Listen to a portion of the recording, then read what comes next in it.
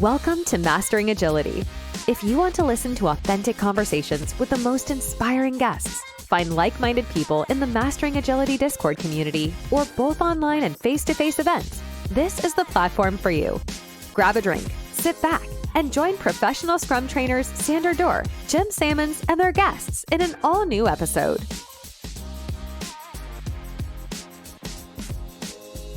Tom, how are you doing, buddy? Good. I'm always happy when I see you. That's the only acceptable answer. Good to see you too, dude. Today we're talking about our journey in public speaking. We've been doing this for quite a while now. That we've got a ton of new conferences coming up, more and more stacking. But we get quite some questions on how to approach it, where did you start, how do you do it, and so on. And you specifically wanted to talk about this subject. So I'm curious, why did you start doing public speaking? Because you made me do it. I think that's the easiest answer. No, to be a bit more precise. I think for me it was always interested to be on stage, talk to people, but I never get the chance of doing it. And I think talking about agility, talking about topics we both really like and found important, like burnouts or how people deal with the day-to-day, I think that really gave me a push to go for it. And then you said, I want to be on stage. And I said, well, let's do it together. And I think that's how we somehow slided into the whole situation. Yeah. Was it easy for you? Because I know I have way too many of these shower thoughts, right? These stupid ideas that I'm not saying I'm pushing you, but I can definitely challenge you. If you say no, then why not? Just for my feedback as well. And with you, luckily I had a sucker who said yes to it. But like, what is it that really pushed you to go for it and to join me in these challenges of doing public speaking? Because I know for me, I started doing it because it scared the living shit out of me, and it still does at times. But what is it that for you? What brings it to you? I think for me it was especially this, let's say, brain fart you have all the time to say we could do this, we could do this, we could do this, and rather than thinking it through and checking every guideline or doing whatever to actually do it, I sometimes need the final push. And you just said, okay, let's do it. Let's go to this conference. I talked to that person. I talked to that person. And I think that really got the whole thing in motion. With this said, I think also giving your drive of ideas a certain structure helped at the beginning. I think that was also quite nice. You had an idea, you also know how to approach things, and you also then made the room for it. For example, let's think about the first big conference we applied, the Agile Leadership Day in Zurich. I mean, it looks simple, right? They have call for papers, you click on the button, and then the fun starts. Because instead of just saying, by the way, I want to talk about burnouts, they want to know, okay, what's the abstract, what's the description, what is the target audience, and so forth. And all these things are coming up. And I think if we honestly reflect on it, we also directly picked the conference with the most cumbersome process to actually get on stage. Yes, but that cumbersome process was not clear at the beginning when we submitted. Yeah. That cumbersome process became cumbersome over time. When we submitted, the process itself as listed was fairly clear and straightforward. It was do this, apply here, receive feedback, adapt wherever needed, then you're in or not.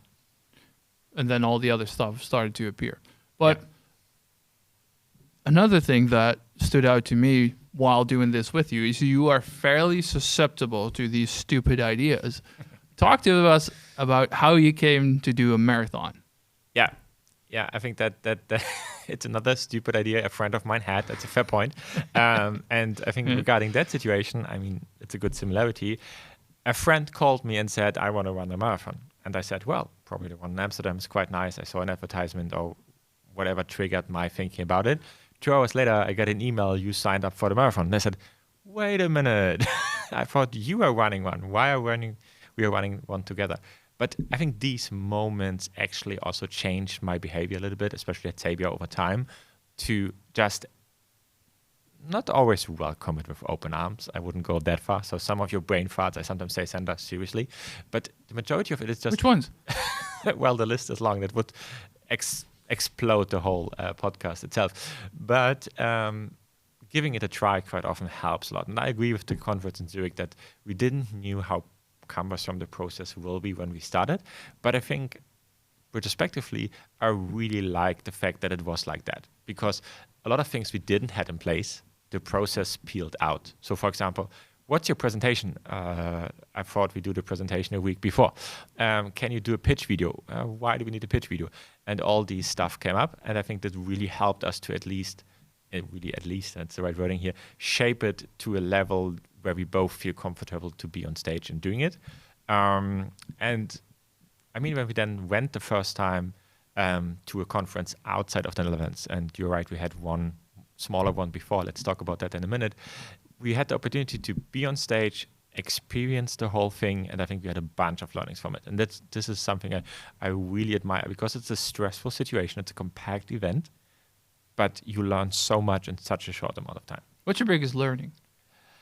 What has been throughout, like, again, we've been doing this for quite a while now, for a couple of years. Yeah. What has been your biggest learning over time?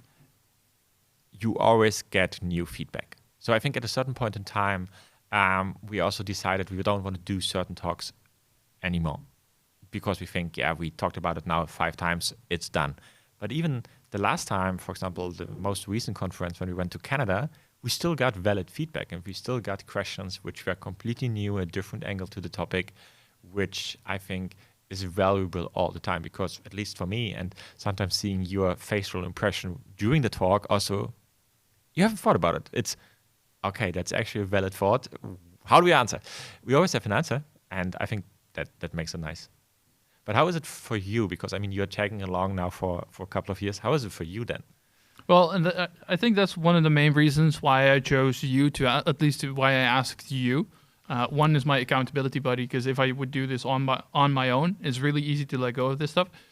But you compliment me in the way that you provide more structure to me. And there's a big stigma, obviously, about German efficiency.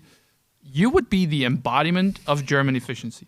Like, all the shit that I lack in my structure, in my routine, in my way that I approach things, I can be one of those unguided missiles that goes wherever. Yeah. And you just help me stay on track. And I think that has been my biggest takeaway in how to structure these kind of things. What time is your flight? I don't know. Where's your hotel? I don't know. How the hell are you going to get there? Well, Tom's there, so I'll just tag along, and I will be fine, you know. And it's that kind of stuff that really helped me get into the place where I am now. I mean, Vienna, Agile Tour Vienna, again, was one of those conferences where we did together, and it was the first conference where we didn't travel together. And on the plane, I was thinking, where's my ticket? I don't even know where I need to be. How do I get there? I'm lost without Tom. Yeah.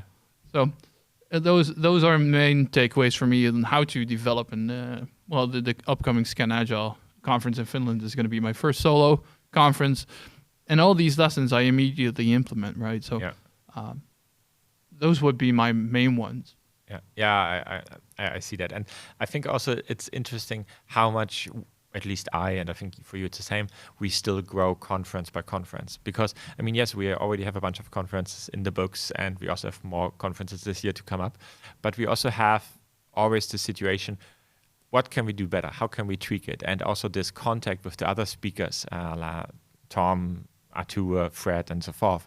It's always a great experience to have a different perspective, get feedback here, get feedback there, and get challenged in the things we are talking about. And I think also if we now, for example, take our burnout talk, it's also so nice to see and get the feedback that creating awareness for topics like this is really appreciated. And then also here that people feel the same way, or people have sometimes also experience they want to share. It's really nice to include this. And I think what I wouldn't do is I wouldn't go haywire that we need to do a conference every week or stuff like that. But having these moments is also something I'm looking forward to. With this said, let's take today's example. It also, and I think this is what I underestimated at the beginning, it's a bunch of effort to keep track and also see, okay, which conference is up for paper? Does the conference make sense? Is it something where our topic actually fits? How do we get there? How do we get there? Can we make something for our presentation? I think it always looks so nice and shiny on LinkedIn because, another conference, they went to Montreal. Yeah, great, we went to Montreal, but there was a shitload of work to prepare the conference and really ensure that we have a high quality talk at that conference. Yeah, and I think that's one of the parts that we've been talking about this. Jim and I have been talking about this in the podcast before, is the part that people never see is the shit that's not being displayed on LinkedIn, but we do like to talk about that, is the preparation it takes and the effort and the mental load. And burnout is one of those topics that really resonates with a lot of people.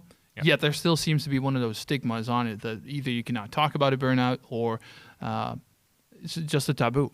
And I think that is, to me, is what I really like about these conferences, is that we talk about topics that are close to our hearts, that are pragmatic, and we don't do them just for the hell of exposure or to seem like one of those Instagram influencers. And luckily, with the agile field, it's not that bad on Instagram, but still there are way too many posers. Yeah. And we just do stuff that we like to do and enjoy doing, and we kill the stuff that we don't like to do anymore because we have done it over and over. We don't want to be one of those one-trick ponies.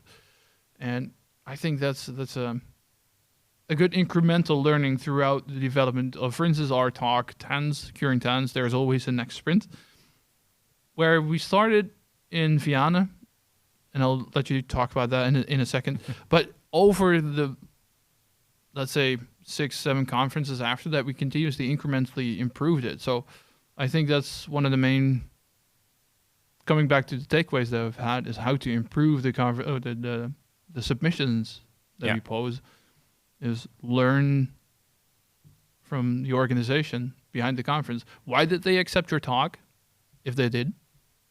Like, what is it that made it stand out? Or the other way around as well. If they declined it, why? Yeah. And how can you apply those lessons? Or the feedback that you get during conference. Listen to that stuff. And I think we're in a very lucky position where we met up with Chris Stone and Arthur and Margonari and all these guys that are seasoned speakers that know exactly how to build proper proposals that we can learn a ton from, and then use that to improve our own version as well. So if there's anyone listening to this podcast and thinks, well, I want to start with doing conferences and public speaking as well, surround yourself with people that know their skills, that know their stuff and how to do this, have done that before. Because if you have to reinvent the wheel yourself, it's going to be really challenging and difficult. I'm not saying it's impossible, not by no means, but it does help to build your network and just reach out to people, even if it's to me or Tom, but by no means are we veteran speakers. But something I've learned is that people are always open to have a chat or to give you feedback on the proposal that you bring, or it's always helpful to get some feedback and incrementally develop. But talk to us about Dream 22. Yeah, well, I think that was the first conference we did together here in the Netherlands, and also a really fun experience, because when we got accepted, because it was via your network, it was the first, let's say, test balloon we had here in the Netherlands. I think that's fair to say. We started on the presentation. I think we had a fairly decent presentation, and we also did a good preparation, so I felt comfortable. But then I think the keynote speaker got delayed, and we got asked to open the conference. And I nearly shit my pants because I knew, okay, we need to go upstage. We have people in front of us. We will do this talk the first time. Do we really find our rhythm as speakers? Because we have the situation which is not common that we do it together. So we always also need to have a good, let's say, mix what we are talking about. But I think we managed to talk about an hour about there's always the next sprint. And what I learned during that time was also, how do you connect with your audience? I mean, it was a conference which was primarily focused on business analysts, so not 100% linked to agility per se, but it was nice to see how they connected to the topics we had, and then also signing or nodding that, yes, that's a good point. I have seen that. Oh, yes, I felt that. And then getting the questions to dwell into that was a really nice experience. I think the moment we finished, I also started in my head, okay, we need to change this slide, we need to do this bullet. So the German efficiency kicked in to say, okay, what can we do differently? But I think it also showed me that this is something I like to do. Not the presentation of talk itself, but this Q&A afterwards, because it gave me so much energy to have a discussion and to talk with people about the topic I like to talk about, that I thought I want to do that again. How was it for you? Both Jim and I are experienced consultants and trainers. Therefore, we know how important it is for organizations to have the fundamentals in place before delivering high-value products. And this starts with understanding the theory behind whatever framework, method, or process organizations apply. And this is where Xebia comes in. Xebia is a pioneering software engineering and IT consultancy company transforming and executing at the intersection of domain and technology to create digital leaders for our people, clients, partners, and communities. As a gift for our Mastering Agility audience, they provided us with a discount code MA10 when signing up for their open enrollment classes to get 10% off. Go to xebia.com/academy to find the entire curriculum of courses. That is Xebia, xebia.com/academy to find all their courses. The same. What helped me is that my friends in my network asked me to be a part of that because they were organizing it. It was for Atos in the Dream Conference. Fairly close to my home, so that helped. A little bit of added anxiety was that immediately after the talk, our originally planned slot, we would have to leave to go to Schiphol and fly to a client. So there was some more anxiety. But indeed, opening or being asked to, hey, we planned you for the afternoon, but do you want to be like the second speaker? Okay, sure. We've got half an hour planned. And then to be asked, well, our keynote speaker is stuck in traffic. Do you want to open for an hour? And then impromptu, having to do everything just on the spot, improvise everything, add some more questions and make it more interactive and engaging with the audience. That was it was tricky, but I think it helped me calm the anxiety down because it's not just sending the information, it's creating more rapport with the people looking at you. Yeah. And I'm curious how you did that, or what if you could remember what you did, but this advice is just picture people naked or look just slightly above their head. But that, to me, that took away the opportunity to look at their facial expressions or their body language. So I definitely look people in the eye just to make sure that I think I understand what they feel and whether I'm on the right track. Do you remember how that was for you? Yeah, yes, definitely. I remember that. I always look for a supporter in a way that I find hopefully someone in the audience who is nodding, who is confirming what we are saying. So I think I am in the lucky situation that I always found a person during every conference who was sort of nodding and agreeing what we are saying. So I think I never had a situation that no one was confirming what we are saying via facial impression. I think that's also why I normally don't like online conferences, because you can't see your audience. You don't see if it resonates. You don't connect with the group itself. So it's really just speaking to a camera. It's the same with why I like joining podcasts or being a podcast guest. Not a host, too much effort, but like to be a guest because we can see each other in the eye. We can talk, we can connect about it, which makes it way more interesting to me because I get more out of it. And it calms me down. I think that really calms me down. And then the next moment I was... What part calms you down? If the people are reassuring that you're saying things, they also see it in that way. And also then at the Atos conference, especially the moment, okay, now we have a Q&A. Now someone asks a question. What do you do if you cannot answer the question? But I think, and I don't know if it applies for you as well, we are so long in the coaching business as well and so much used to get questions by our clients that the moment the first question was articulated, I knew, okay, let's pivot back to, let's say, the day-to-day business of being a consultant and answering these questions. What I think got better, or we really improved over time, was making a dialogue out of it. At the beginning, it was more question-answer, and please don't ask the follow-up questions, leave us alone, let's have the next person answering. Nowadays, we really ingrain it into a dialogue with the audience. Yeah, because I think there are a few things more boring than sitting through a talk for at least an hour over and over and over again. I mean, I'm not saying that talking for an hour is wrong, not by any means, but if you just had a keynote speaker and then another session listening and then having to sit in another session, for instance, just prior to lunch where people are looking at their clocks already, like, when can we finally go for lunch? And you're going to bore people out. Yeah. So I like having that dynamic and being able to engage with people in the audience. Also, because it creates more of a relationship and it makes it a little bit more tangible for people to home in on.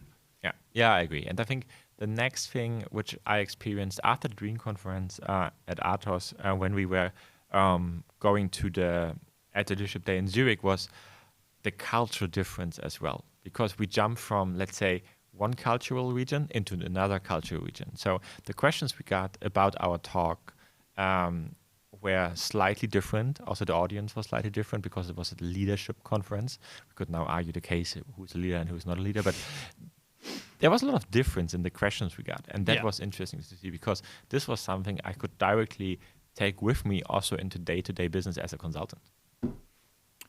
I think it was a really nice jump as well, going from a smaller conference, well organized, by the way, the Dream Conference by Atos. I can definitely recommend it. If you're a business analyst or in that realm, I can highly recommend going there because it's well organized. They have good topics, they have good speakers, and you'll definitely get a load of information and takeaways out. Yeah. But going from there, I think the audience was 300 people by heart, something like that. Max, And then we went to Switzerland, to Zurich, for an audience of 1,200 people as our second conference ever. That's a really large step. And knowing that's the Agile Leadership Day, where the vast majority of the audience is in C-level positions, at least middle management and up, and then you're there as a complete newbie of a speaker, to me, that was a fairly daunting experience. Something I did learn there is that I find it a million times more scary to talk to a smaller audience that really knows their shit.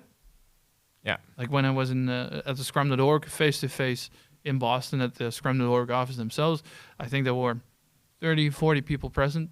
And I think to me, it's a lot more scary to talk that to such a size of an audience than to 1,200 people that may not necessarily be fully engaged with what Agile is and what Scrum is, and maybe on a different level, but people are really seasoned veterans. I think it's a lot more scary to talk to an audience of that size, because I feel I can get lost in the anonymity of looking into the faces, and it's more of a, not necessarily a cloud, but more of a sea of people.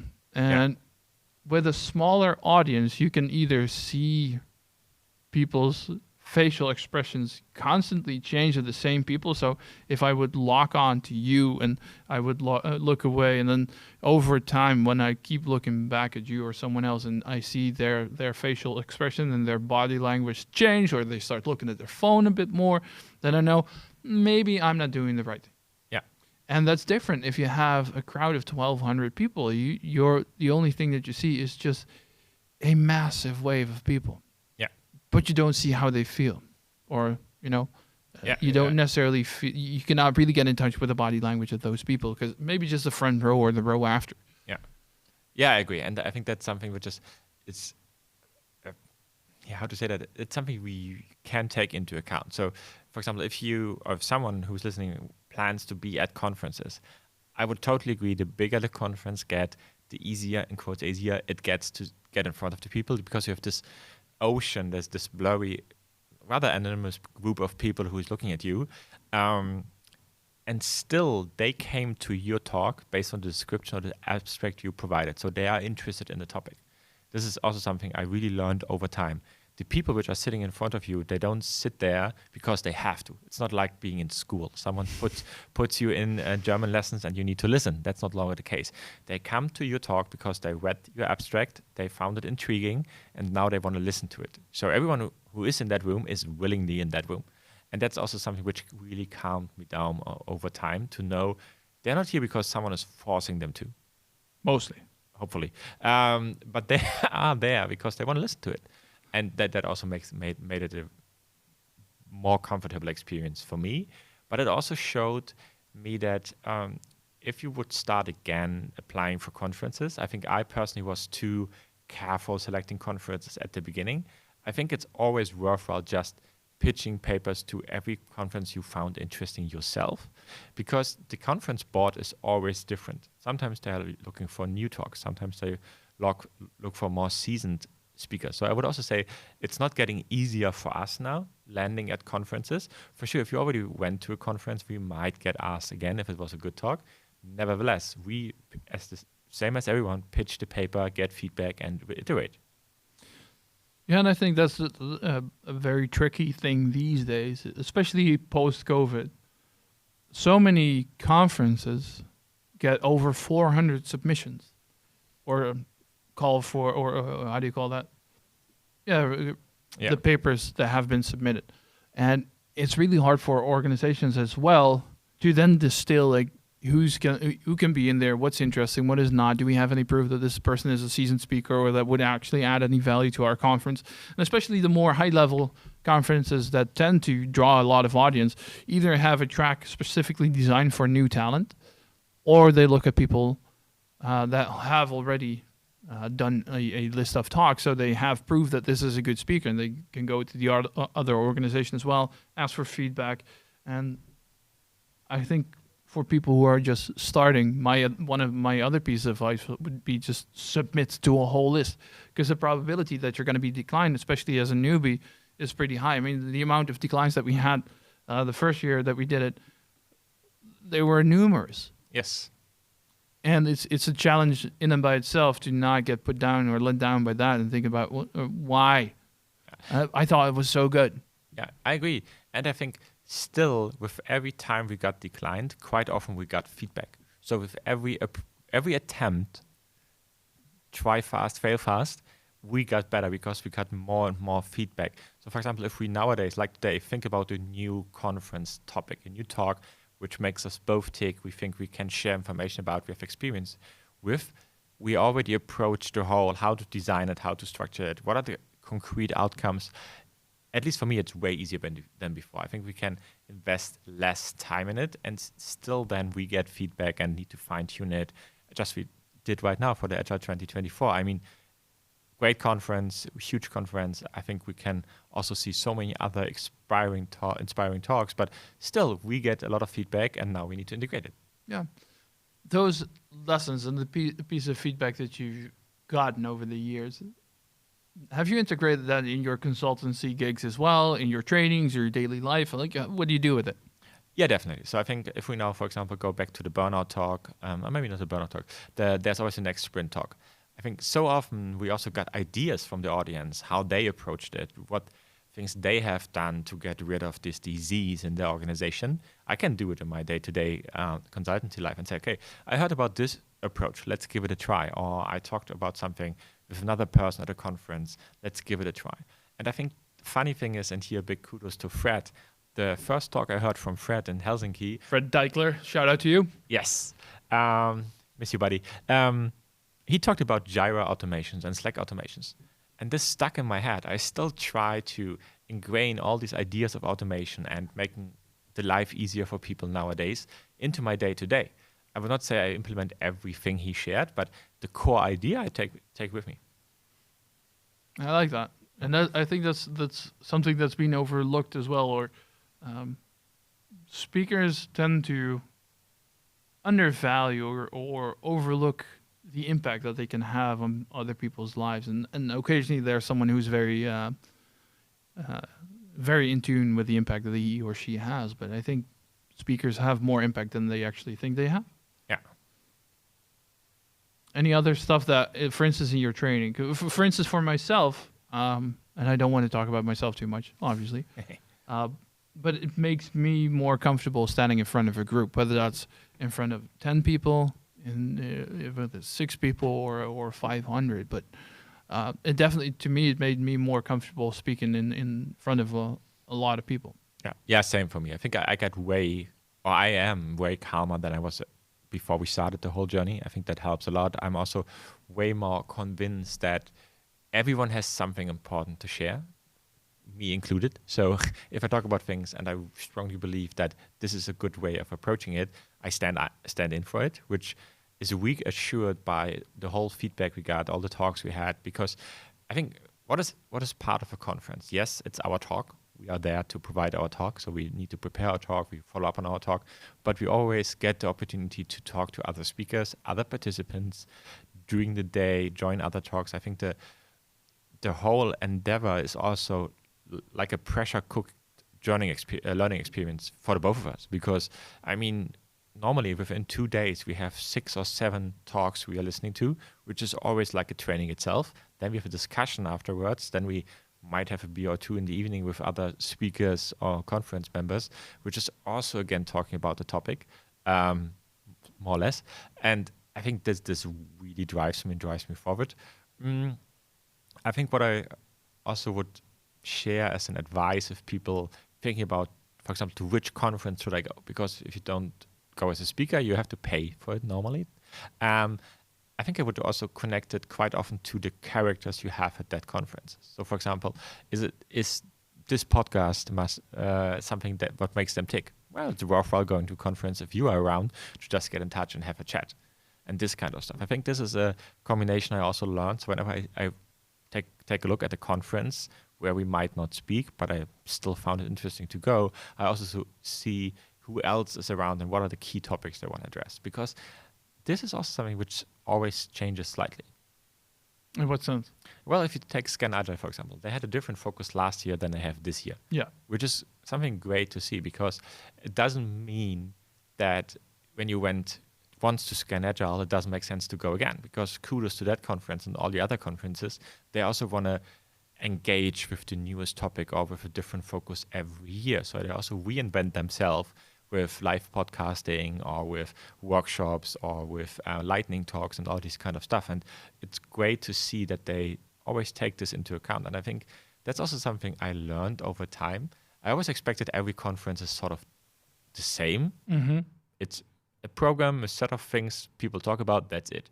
But if you think about it, you have sometimes a speaker dinner, or you have these lightning talks, or you have other events they are doing. So that's something also what really makes me tick. Mastering agility only works with organizations aligned with our values, and that's exactly why we are excited to work with our sponsor. Scrum Match is the free platform for professionals run by professionals.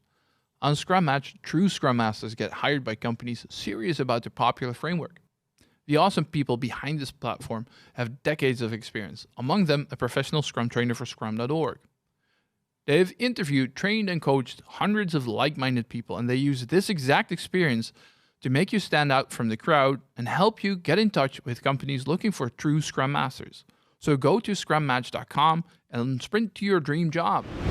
Yeah, I think that's, to me as a speaker, that's one of the main reasons why I would go to a conference. I really get a thrill out of being on stage, but it's the thing around it, like networking with people or just talking and getting feedback from people in the audience or answering their questions, looking at other speakers and what we can learn from that, or even if it's the topic or the way that they walk around the stage. In the beginning, I tended to be way too fixed in my position and not really walk around, because I was way too much focused on delivering the message and thinking about, all right, what is the slide coming up ahead? What do I need to say?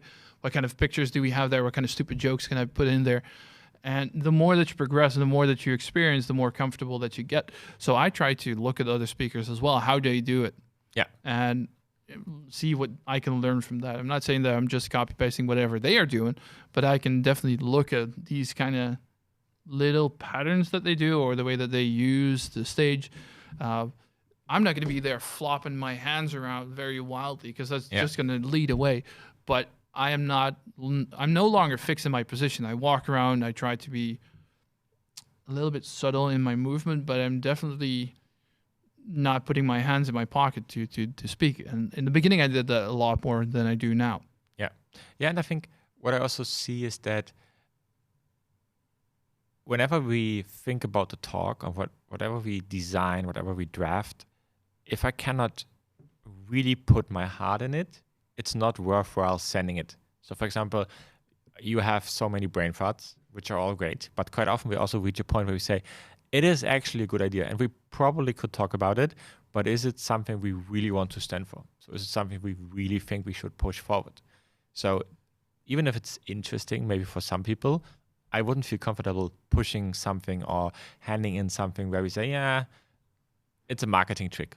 Let's use it to land at that conference. I don't like that. I'd rather have a talk where you said, okay, this is really something we think we should talk about, and then hand it in. Yeah. And I think that's something that listeners who want to speak more, do more public speaking, could learn from, or what I would tell my younger self in that sense, maybe 3 years ago, is what we do now is we have a list of topics that we want to talk about, and we make a clickbaity title just to draw people in, because you got to find some attention. Not misleading, but it does become a clickbaity thing. We have an abstract. We filled out a couple of areas, like what are the learning outcomes? What is it about? A little summary, some speaker information, condense that, and then send that out. We never build the entire presentation up front, because that's going to costs you so much time. Just if you're listening to this, or my advice to my younger self, make a list of topics that you want to talk about, submit those, and the ones that get selected, then you can start building those. But else you'll be spending so much time creating a presentation that may not get picked. So you're investing a lot of time in stuff that you may not even need to do. Exactly. And I think what I also see when we nowadays get feedback for a conference is they try to help. They try to make it more interesting to the audience, or they try to bubble up what is really the thing we want to talk about, and embracing that feedback and taking it into account. Because I was scared at the beginning that we might get feedback that someone wants to twist our talk around completely, but that never happens. Because as soon as you have an idea, a story you want to tell, they don't change your story. They just ensure that your story contains the right elements to really bring also the audience forward. And that's what I really appreciate. At the beginning, I was, hopefully we never get the feedback, please talk about burnout, but say burnout is not a bad thing or stuff like that, right? So it's always supporting, not flipping it. What would you say to your younger self about people providing you feedback that may be harsh or you didn't expect, or some of those negative comments? Like how to deal with that? What I normally try to do when we get a rather harsh feedback at a conference and these things happened, I try to park it for a moment. I think in the first one or two situations, I directly took it in and tried to answer, even sometimes try to work against it, rather than, that's the feedback. From my perspective, I can agree, I cannot agree, I see it slightly different, and park the rest. And then maybe a day or two later, think about it again. What does the person meant? Because sometimes, it's fair to say, we have sometimes 200, 300, 400 people in front of us. Not everyone can agree with our stupid ideas. So it can be worthwhile if they are saying, I don't see it that way, or this doesn't work. And I think once or twice, or even in Montreal, we had the case that some guy, he was really persistent, came afterwards during the after conference drinks to me and said, by the way, this is what I meant. And then we peeled the situation like an onion, and he was right. He had a really fair point that regarding something intense is just a pattern which will always come back, which was a fair point. And the answer we provided, I provided even, was not 100% precise enough, and he was a rather precise guy. So fair point. He didn't agree to it, but we took the time thinking about it, and then was actually really helpful feedback. I think that he didn't agree with it. I think that was a good tangent. Because I'm not there to convince people, right? I'm there to share my observations, share my opinions, and share my experience. I am not there to convey a whole new theory, mostly. Yeah. Right? So you can disagree. That's completely fine. I didn't come here to do a sales pitch. Yeah. You can disagree. You can do whatever with my words, whatever you want. I'm completely fine with that. Do it. Please disagree. I would love to be proven wrong, but do it substantiated.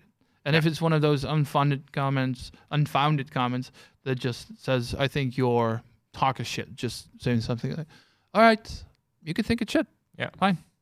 Then go to another speaker that you feel is more valuable. Yeah. But if you have feedback that would be valuable to me so I can improve, I would wholeheartedly accept that and use that to as well as I can.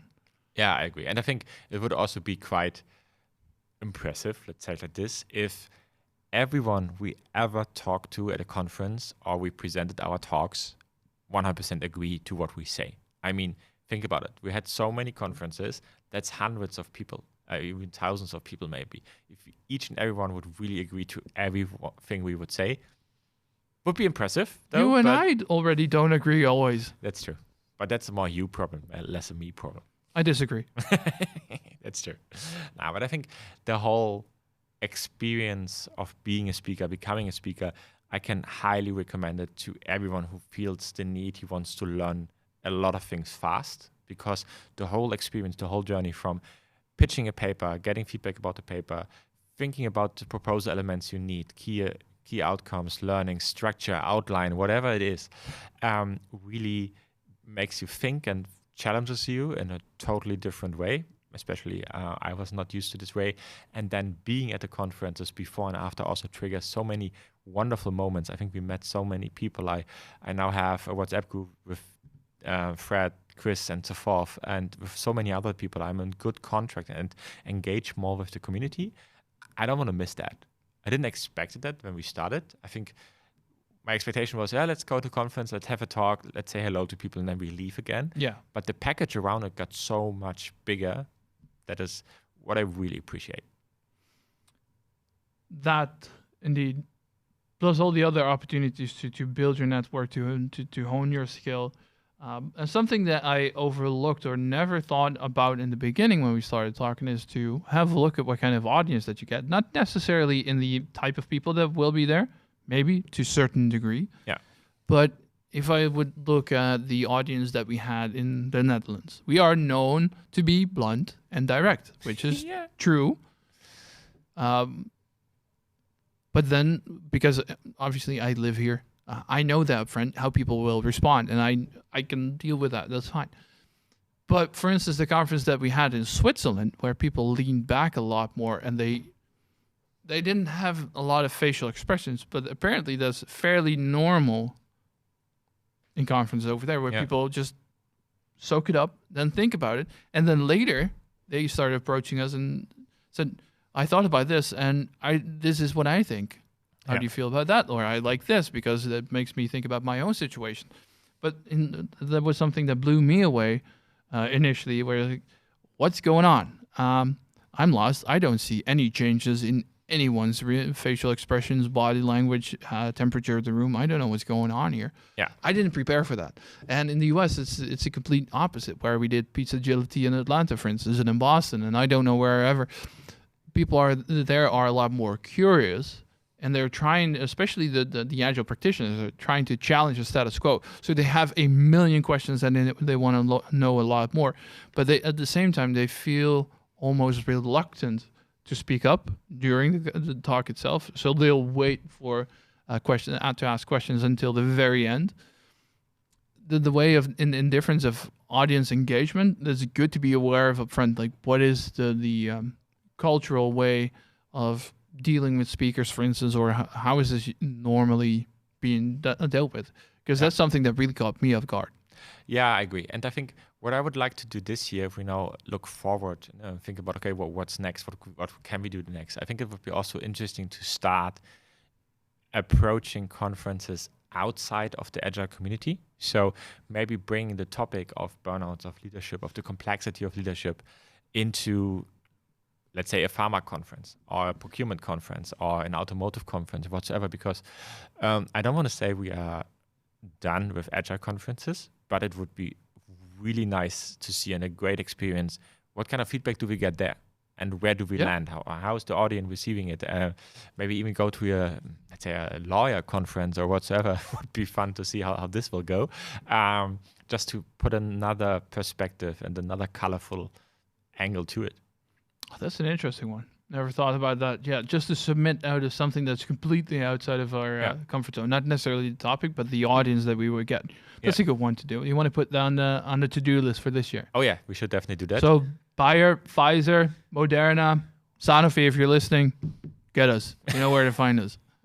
And I think that's another one which would be really interesting to see, to go to this, let's say, town hall events, to really be within one company, having this moment that we talk about whatever, because we have a certain set, maybe something fits for the company, to say, this is a town hall, this is a opening talk or whatsoever about leadership complexity, and then, let's say, receiving feedback from a company culture perspective, because I think certain companies will take this in a different way.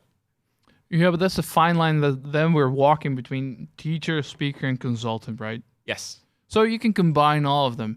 If you're working for a larger consultancy, like luckily we do, it's could be helpful to have salesperson or salespeople tagging along, because it's especially from a company perspective, we usually get funded if the conference itself doesn't help you get there or doesn't reimburse travel, then having a salesperson around you helps to engage with the audience, saying this is what we do, this is what kind of propositions that we have.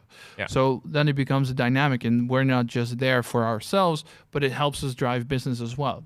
Yeah. Speaking of which, and that's going to be the last topic for today's episode, what's for 2024? What are your predictions? What do you want to develop? Yeah, I think we already did that. So I think one of the things I really want to push forward is the whole situation of leading from a sandbox. So leadership within a frame, to really say what can the leadership, the modern management, if you will, do to encourage the community, the teams, the group, the organization to really flourish and take ownership and responsibilities. I think there are so many easy, or also not, as I said, so many hard things which are available. If you actually do that, you see so great results. I think that would be something.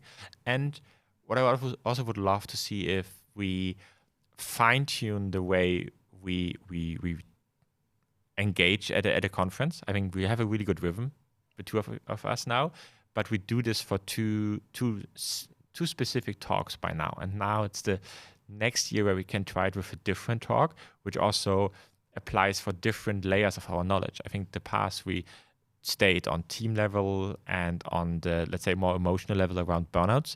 Now we are engaging with leadership. How do we see leadership? How do we engage also with this layer and also engage with each other about this? This would be, I think, something which is really interesting to see. And the last thing for this year, I think it's a fairly good question. I think I already covered the things I would really like to do. Maybe let's add one non-agile conference to the plan. I like that. Good stuff. That's it for today. Let's go and have a beer, buddy. Yes. Thanks for being here. Thanks. That is all for today. Thank you for listening. If you liked this episode, let us know by hitting that like button. Share it with friends and colleagues, sharing a message on LinkedIn, joining our warm and welcoming Discord community, or attend recordings as a virtual audience.